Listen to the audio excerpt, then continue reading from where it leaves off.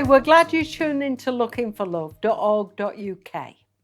You want to know a little bit about how we started. I know it's the first question people ask, how did you start? Well, in 1989, there were no other organisations on the internet. I was the first to set up my dating agency from Rossendale. But oh boy, have we got some exciting stories. Of course, our service is totally confidential. We never give anybody's details out, but we've had friends since all that time, 30 years, who said, no, we want you to tell people how we met through your service. They have given us permission to use their names. So where it's appropriate, we'll use their names. They asked us to. One of the most exciting stories was concerning a girl who was a company director. She actually lived in Rossendale, but she had never met me. She was a director of the largest steel holding company in the UK. Very high-powered lady, but she was a Christian. She was in Canada. She picked up a copy of the magazine. I think it was Buzz, the one that was before Premier Christianity magazine. She was excited because she saw our advert, had the phone number 01706 594487. It was the same code as hers, 01706. So she felt God was giving her a little nudge to say, contact them. So she did. As soon as she got back from Canada, she said, can I have a form? I think yours is the agency I should join. Then we had an inquiry from a guy, and he was from Oldham, so not too far away from Rossendale. He said, I feel I should join your dating agency. I'm going to a very lively church, and I'd like to join. So he joined. I quickly felt they were a match for each other. There was just one problem.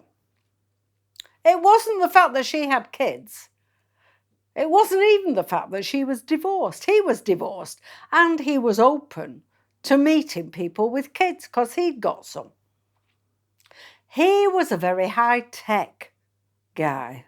Oh, girls, have we really needed a guy who was high-tech under lockdown? Well, he was one of those. But he wasn't the kind of computer nerd that can't speak to anybody. He was a very chatty, friendly, outgoing computer tech guy with a pastor's heart. The only problem was he was younger than Leslie by about 10 years. And honestly, I have found out in all my experience, very few guys will ever listen to me. Very few guys will ever consider, with the blinkers off, that the lady might be more young looking if he only got to meet her. She might be more attractive if he only got to meet her. But he'd never discover that if he never took our advice and even made one phone call, would he? This guy, Gerhard, said, Sue, if you think Leslie's right for me, not only will I phone her, but I'll actually meet her.